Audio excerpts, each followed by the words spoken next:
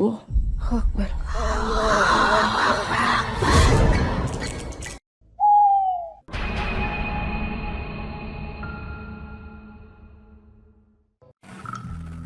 Assalamualaikum warahmatullahi wabarakatuh. Selamat datang kembali di channel cerita horor dan history. Sebagian masyarakat mungkin pernah mendengar kata Bengsi. Bengsi merupakan sosok hantu wanita yang konon, menurut orang tua zaman dulu, hantu Bengsi adalah hantu yang berdiam dalam hutan-hutan tertentu. Dan asal-muasal makhluk ini adalah dari manusia biasa yang meninggal dalam keadaan hamil dan dikubur di hutan tanpa nisan dari suku-suku yang memang berdiam di dalam hutan. Mereka sebelumnya hidup primitif dan tak mengenal agama. Hantu Bengsi memangsa manusia dengan cara mencapik-capik lalu menghisap darah mereka. Hantu Bengsi hingga kini masih ada di pedalaman hutan yang jarang dijamah oleh para manusia. Penggambaran sosok wanita telanjang yang membawa bayi, tapi anehnya bayi itu tak digendong, melainkan masih melekat di dalam rahim dengan tali pusar yang menempel pada bayi tersebut.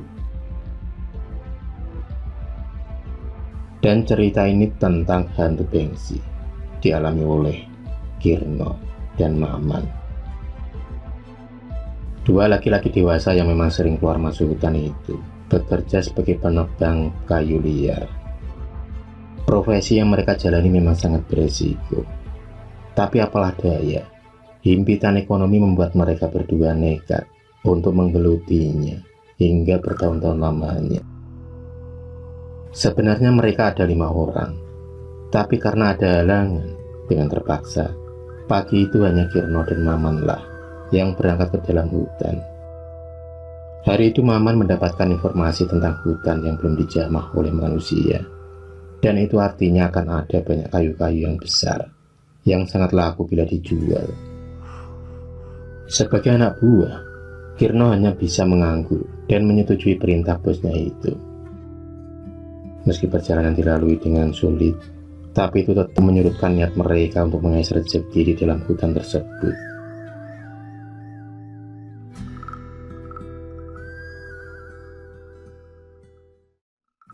Hingga akhirnya sampailah juga Kirno dan Maman di dalam hutan pedalaman.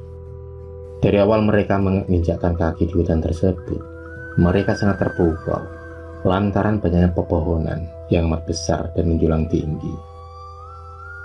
Karena merasa lelah, mereka berdua pun kemudian memutuskan untuk beristirahat sejenak, sembari makan seadanya bekal dari rumah. 10 menit sudah, mereka menikmati hawa segar dan sejuk dari rimbunnya pepohonan hutan yang terkesan gelap. Itu mungkin pengaruh rindangnya pepohonan yang membuat sinar matahari tak bisa menembus dalam hutan. Hingga Kirno dan Maman pun tak bisa membedakan antara siang dan malam. Setelah dirasa cukup beristirahat, Maman memberi instruksi kepada Kirno untuk segera melanjutkan perjalanan. Tapi, baru saja beranjak dari tempat duduknya, tiba-tiba mereka dikejutkan dengan kemunculan kakek tua berjenggot putih, menyapa mereka berdua. Kakek tua itu menyarankan untuk menghentikan perjalanan mereka, tanpa memberi alasannya. Tapi Maman tak menghiraukan apa kata kakek tua tersebut. Kirno, yang melihat tubuh kakek itu begitu kurus, dia pun berinisiatif memberi sedikit bekal untuk si kakek. Kakek tersebut tampak tersenyum, lalu menerima bingkisan dari Kirno. Sebaliknya itu kakek itu juga memberikan imbalan, buah kemiri, rokok, dan api. Untuk apa barang tersebut? Yang pasti pesan si kakek agar mereka harus berhati-hati dalam perjalanan. Belum sempat mereka bertanya jalan pintas agar sampai di tengah hutan, secara ajaib kakek tua itu menghilang secara tiba-tiba. Kompas dan alat-alat canggih tak berfungsi lagi di tempat tersebut. Mereka seolah memasuki dimensi lain.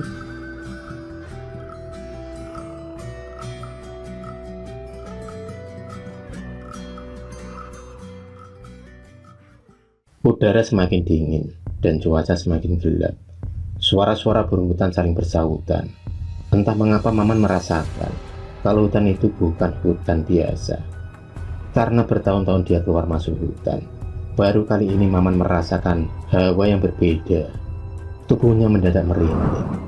Hembusan angin berhembus di telinga, seolah ada bisikan yang entah dari mana asalnya. Kirno yang berjalan di sampingnya mendadak menghentikan langkahnya saat dia melihat banyak tetesan darah berjajaran di atas daun kering. Baunya yang anyir sampai menusuk hidung mereka berdua. Karena penasaran, akhirnya mereka menelusuri tetes demi tetes darah segar yang berjajaran itu. Keanehan pun dirasakan di antara mereka. Saat darah itu semakin lama semakin banyak dan tak ada ujungnya. Kirno dan Maman saling berpandangan. Di saat merasakan ketakutan yang mendalam, tiba-tiba terdengar suara jeritan dari seorang wanita. Suara itu begitu melengking. Saat mereka ingin berlari meninggalkan lokasi tersebut, tak disangka dari atas pohon muncul sosok bayi yang masih lengkap dengan tali pusarnya. Bayi itu lalu lengket dan berpegangan sangat kuat di tubuh Maman. Saking kuatnya pegangan bayi itu, hingga Kirno ikut terpental karena berusaha melepaskannya dari tubuh Maman. Tanpa diduga dari arah yang berlawanan, muncullah hantu wanita yang tak lain itu adalah Bengsi. Matanya yang penuh dengan amarah menatap ke arah Kirno dan Maman. Secepat kilat hantu tersebut pun mencapik-capik, lalu menghisap darah Maman. Kirno melihat dengan jelas apa yang ada di depannya. Maman terluka parah, tubuhnya penuh luka dan tak berdaya lagi. Tampak hantu Bengsi masih menghisap darah segar dari Maman. Kirno tak bisa berbuat apa-apa kecuali melarikan diri dari cengkraman hantu Bengsi. Dia pun lari sekuat tenaga berharap wanita laknat itu tak mengetahui jejaknya.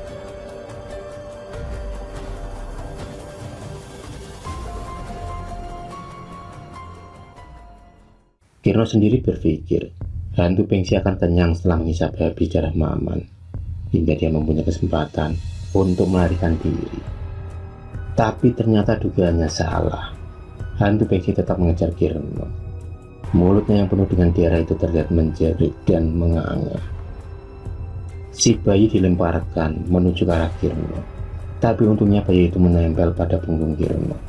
Maka dia pun melempar tas bersama bayi sialan tersebut.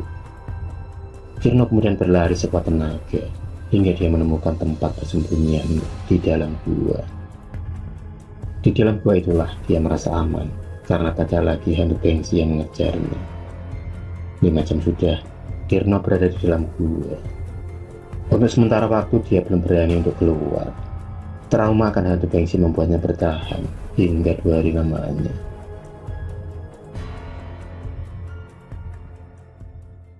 Suatu hari, tubuhnya lemas karena kelaparan. Dan untuk mensiasatinya, Kirno tak ada pilihan lain selain tidur. Dia pun berharap dengan tidur, rasa laparnya hilang meski hanya sejenak. Kirno pun terlelap dengan perut yang melilit. Dan di dalam mimpi, dia bertemu dengan kakek tua yang ditemuinya sewaktu perjalanan menuju hutan. Kakek tua itu memberi sebuah wejangan tentang kehidupan dan juga memberitahu jalan keluar dari hutan angker tersebut. Di alam mimpi, Kirno diberi satu buah besi berbentuk silinder oleh kakek tersebut.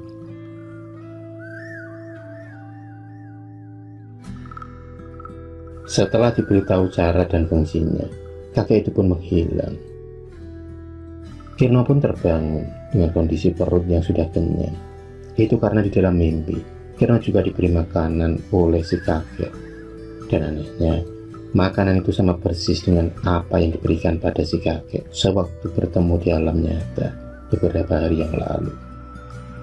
Keajaiban Allah begitu nyata dirasakan oleh Kirno hari itu, dan yang membuatnya tercengang, tangannya juga menggenggam rokok, api, kemiri, dan juga besi.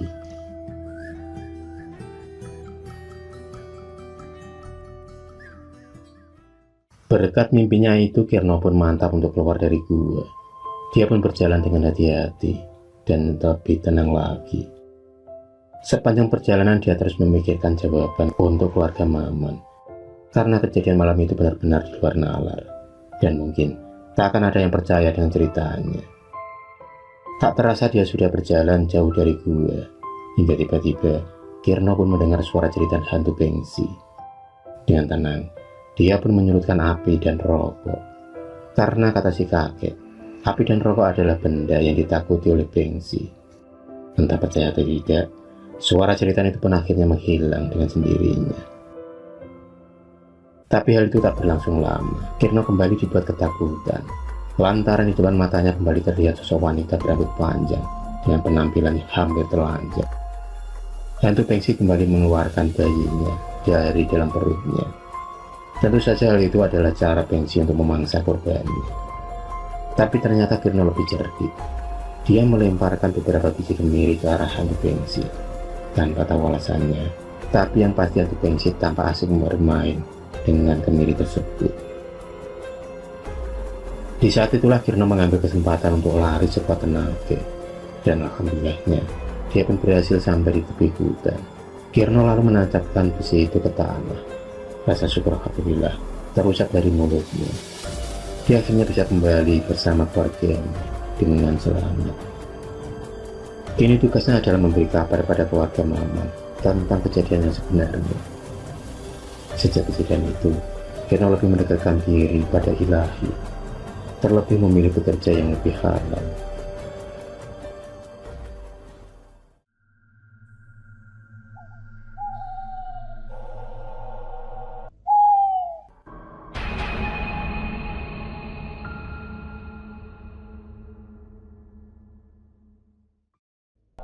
Akhir-akhir ini di desa Tegalrejo lagi rame-ramenya teror keranda terbang pencabut nyawa. Bagaimana tidak? Banyak warga yang sudah diteror oleh adanya keranda mayat yang tiba-tiba berjalan sendiri dan berhenti di depan rumah warga. Dan setelah kejadian itu, setiap rumah yang disinggahi keranda mayat berhenti. Rata-rata keesokan harinya salah satu dari para penghuni rumah tersebut ada yang meninggal secara mendadak. Dalam sebulan ini sudah ada 30 warga yang meninggal secara mendadak. Dan rata-rata para keluarga bercerita kalau kejadian itu terjadi setelah adanya teror keranda berjalan. Entah itu hanya kebetulan saja atau memang sungguh kenyataan yang ada sekarang ini. Dari banyak omongan memang beberapa warga sempat melihat adanya keranda yang berjalan sendiri dan berhenti di rumah warga. Di sebuah pos ronda tampak Kang Darman, Agung, dan Pak Yanto lagi asing ngobrol di sela-sela ngeronda malam itu. Ditemani singkong goreng dan kopi panas, mereka tampak serius sedang membicarakan tentang keranda terbang pencabut nyawa yang lagi ramai di desa mereka. Suasana malam terasa dingin, angin berembus menyelimuti desa mereka. Suara-suara binatang malam kini mulai bermunculan, memperlihatkan eksistensi mereka, menambah suasana semakin menjadikan. Sebentar kemudian akhirnya mereka bertiga memutuskan untuk keliling desa. Dengan lampu senter di tangan mereka, mereka berangkat untuk keliling ronda. Sambil berjalan mereka masih saja membicarakan tentang keranda pencabut nyawa. Tak terasa sudah sekitar 15 menit mereka berjalan.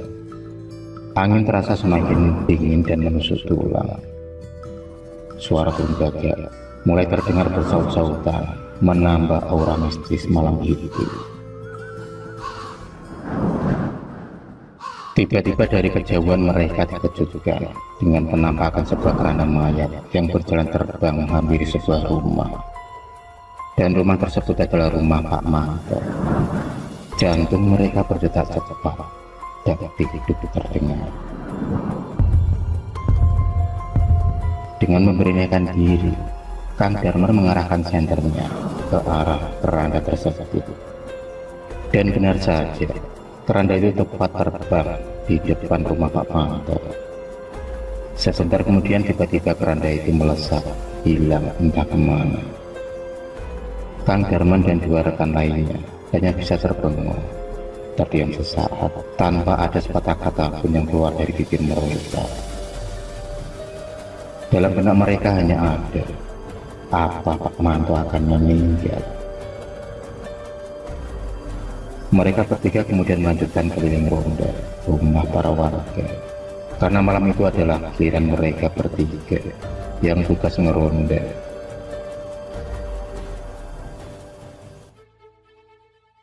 Saat Pak Dayat menutup pintu, ia mendapati anaknya Ayu yang tiba-tiba terbangun dari tidurnya.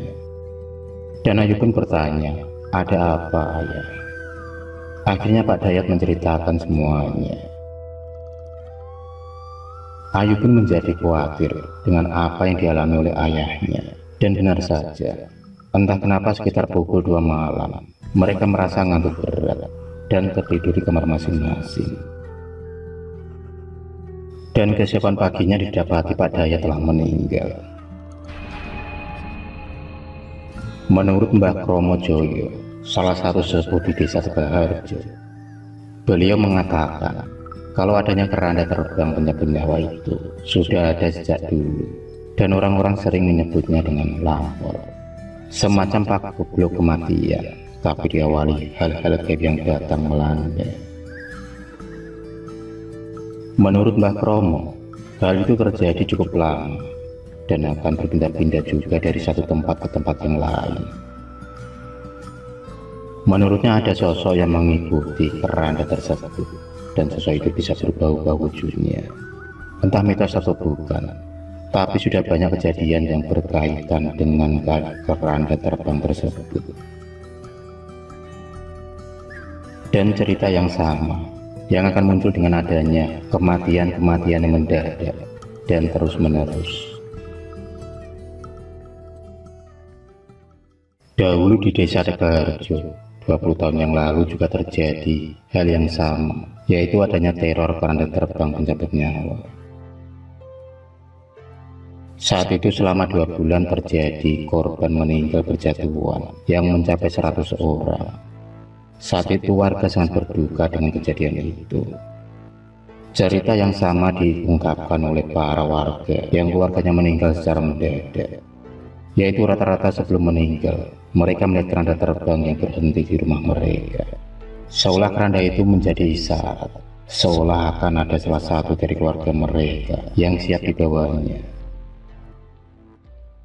Beberapa orang pintar mengatakan kalau sosok yang hadir bersama keranda mayat tersebut sangat menyeramkan dan memakai jubah hitam yang menebarkan aura kematian. Sosok yang jika orang melihatnya akan ketakutan karena aura kematian yang begitu kental. Makhluk jin, setan dan sebagainya memang ditakdirkan bisa berubah-ubah wujud semaunya. Pesan Mbah Kromo hanya satu, agar warga selalu meningkatkan ibadah dan sholat serta berdoa mohon perlindungan dari Allah Subhanahu wa Ta'ala. Mohon dijauhkan dari segala bala dan mara bahaya, dijauhkan dari segala penyakit dan gangguan jin-jin kafir dan setan-setan jahat.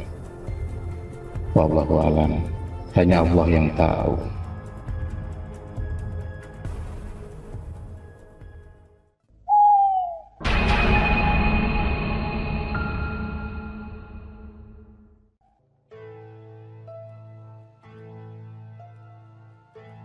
Awal Desember tahun 1991, ada sebuah kisah yang menggegerkan desa Winong Asri.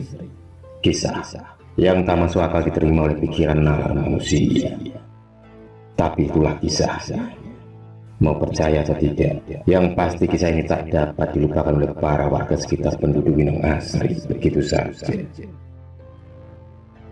Dikisahkan oleh keluarga Pak Gusmu, seorang peternak telur yang lumayan kaya. Berkat kerja kerasnya itu, dia memiliki ribuan ayam-ayam petelur dengan hasil yang begitu banyak. Warga sekitar sangat beruntung dengan adanya usaha Pak Gusmu, karena dengan adanya usaha tersebut, warga sekitar mampu mengurangi angka pengangguran. 3 tahun sudah usaha Pak Kusmin melesat cepat dengan hasil yang begitu memuaskan. Meski begitu, Pak Kusmin tak pernah lupa untuk bersedekah, dan mungkin itu sebagai salah satu cara kenapa usaha yang dimiliki oleh Pak Kusmin tambah berkembang, yaitu dengan cara berbagi dengan orang lain. Seperti biasanya, Pak Kusmin mengawali hari dengan cara memberi makan ayam-ayam, dan setelah itu dia akan mengambil telur-telur dari ayam tersebut. Senyum bahagia Pak Kusmin tersungging di bibirnya. Hasilnya banyak dan melimpah. Dia pun mulai menimbang telur-telur tersebut dibantu oleh 2 karyawannya. Awalnya tak ada yang aneh, semua berjalan seperti biasa. Tapi saat sedang asing membersihkan kandang, tiba-tiba Pak Kusmin dikejutkan dengan teriakan dari Kang Pujo, salah satu karyawan. Kang Pujo berteriak saat mendapati telur-telur itu tak ada isinya. Dan setelah diperiksa Pak Kusmin, ternyata Kang Pujo benar. Separuh dari telur-telurnya hanya tinggal cangkang. Dan anehnya, telur itu masih bulat utuh. Hanya saja isi telurnya telah hilang. Pak Kusmin hanya menganggap kalau telur-telur tersebut pengaruh dari pakan ayamnya sendiri. Bisa jadi pakannya yang kurang bervitamin untuk ayam-ayamnya, sehingga mempengaruhi hasil telur. Tapi ternyata anggapan Pak Kusmin itu salah. Ketika dia mendapati telur-telurnya dengan kondisi tanpa isi, padahal Pak Kusmin sudah memberi pakan yang lebih mahal dengan kandungan vitamin yang lebih tinggi. Semakin hari telur-telur itu semakin sering ditemui dengan kondisi yang sama, dan itu pun berpengaruh dengan hasil yang kurang memuaskan. Pak Kusmin sepakat bermusyawarah dengan para pekerja. Mereka saling berbeda pendapat dan argumen yang berbeda-beda. Dalam benak Pak Kusmin sendiri, siapakah di balik kejadian ini? Apa motif dan tujuannya? Dan apa mungkin ada orang yang iri pada usaha Pak Kusmin sehingga tega merusak usahanya? Pertanyaan demi pertanyaan pun menarik di otak Pak Kusmin. Kejadian itu mampu membuat seluruh warga geram lantaran mengaruhi pemasukan mereka. Akhirnya setelah bermusyawarah, mereka pun memutuskan untuk mendatangi seorang parno yang tersohor di desa sebelah, Mbah Mukidi. Laki-laki tua bertubuh-tubuh itu mulai menunjukkan aksi, dan dia memilih waktu di malam hari untuk membantu permasalahan Pak Kusmin tersebut. Tepat jam 12 malam, suasana seakan sepi seperti kuburan. Langitnya gelap, menambah aura kemistisan di kandang ayam milik Pak Kusmin. Mbah Mukidi kemudian duduk bersila di depan menyan yang terbakar dan dupa yang semakin menyeruak. Mbah Mukidi kemudian memejamkan matanya sambil membacakan sebuah mantra. Tiba-tiba dia tertegun dengan apa yang ada di depannya. Jerangkong, kata Mbah Mukidi yang membuat seluruh bulu kuduk sekitar seketika meremang. Dengan sigap, Mbah Mukidi lalu mengusir makhluk itu menggunakan daun kelor. Seketika makhluk itu lenyap dari pandangan. Menurut penuturan beliau, Jerangkong adalah hantu pencuri telur dari Sahara. Dalam mitologi masyarakat Jawa kuno, pada saat makan telur yang dicuri, Jerangkong digambarkan berwujud kerangka tulang manusia dengan kepala tengkorak. Dan setelah makan telur tersebut, Jerangkong itu pun pergi dan lenyap dalam bentuk asap putih.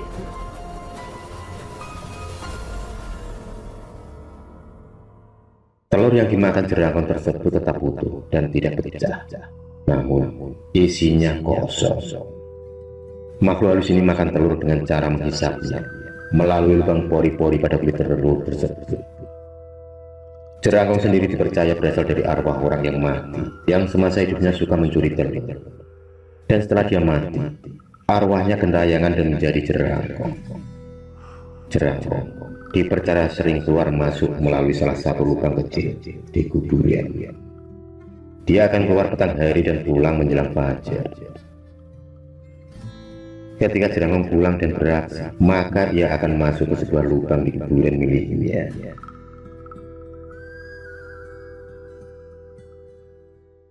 Mendengar penuturan dari Mbah Mukidi, Pak Kusmin beserta warga saling berpandangan dan merasa ngeri. Karena bertahun-tahun mereka tinggal di desa Winong Asri, baru kali ini menemui kasus yang tak lazim seperti ini. Mbah Mukidi pun tak menyangka kalau kasus Jerangkong yang lama terpendam kini muncul kembali. Menurut cerita Mbah Mukidi, kasus Jerangkong terakhir dia dengar saat umur 15 tahun, di mana pelaku Jerangkong adalah salah satu warga desa yang menganut aliran sesat. Dan sebagai syarat dari ilmu tersebut adalah dengan cara memakan kuning telur sebanyak-banyaknya setiap malam Jumat Wage. Tapi naas, kesialan ternyata menimpa laki-laki tersebut, di mana ada salah satu warga yang melihat aksinya, lalu mengeroyoknya hingga mati. Sejak kematian laki-laki itu, warga selalu ditemparkan dengan makhluk Jerangkong. Makhluk yang berwujud tengkorak itu selalu menghantui para peternak ayam, di mana Jerangkong memakan ludes telur yang dari ternak mereka. Lalu apa yang harus kami lakukan, Mbah? Tanya Pak Kusmin. Mbah Mukidi kemudian menganggukkan kepala secara perlahan sambil memikirkan strategi yang pas. Jerangkong akan kembali ke kuburannya saat menjelang fajar. Tapi yang menjadi kendala adalah di mana letak kuburan tempat Jerangkong bersemayam. Karena diketahui di desa Winong Asih ada beberapa tempat pemakaman umum, dan hal itu akan mempersulit pencarian Jerangkong itu sendiri. Maka diputuskanlah oleh Mbah Mukidi untuk melakukan ritual terlebih dahulu. Beliau kemudian bermunajat minta petunjuk dari Allah Subhanahu wa Ta'ala agar diberi kemudahan dalam mengungkap misteri Jerangkong.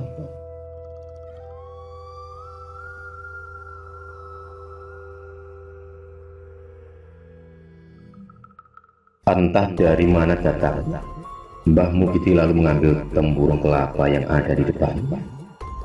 Batok kelapa itu lalu diberi lubang kecil, dan setelah itu Mbah Mukidi meletakkan batok kelapa tersebut di atas salah satu tanah duri. Dan setelah menunggu beberapa jam akhirnya penantian itu pun tiba juga. Ada kepulan asap putih yang mendekati kuburan di mana batok kelapa itu berada. Kumpulan asap itu lalu masuk ke dalam batok kelapa tersebut. Dengan cepat, Mbah Mukidi pun menutupnya dengan kain mori yang diberi mantra. Jerangkong pun terperangkap di dalam batok kelapa tersebut. Dan paginya, batok kelapa itu dipecah oleh Mbah Mukidi. Dan alangkah kagetnya Pak Kusmin ketika melihat ada beberapa tulang jari tangan orang mati yang berada dalam batok tersebut. Setelah tertangkapnya Jerangkong itu, Pak Kusmin bisa bernapas lega. Usahanya kini kembali melesat tajam.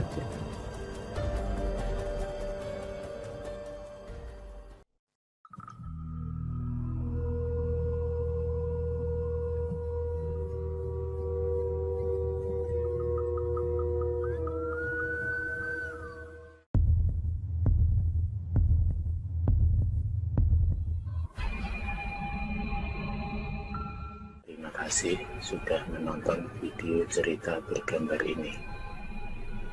Klik subscribe untuk terus mendapatkan video-video cerita bergambar selanjutnya. Semangat berkarya.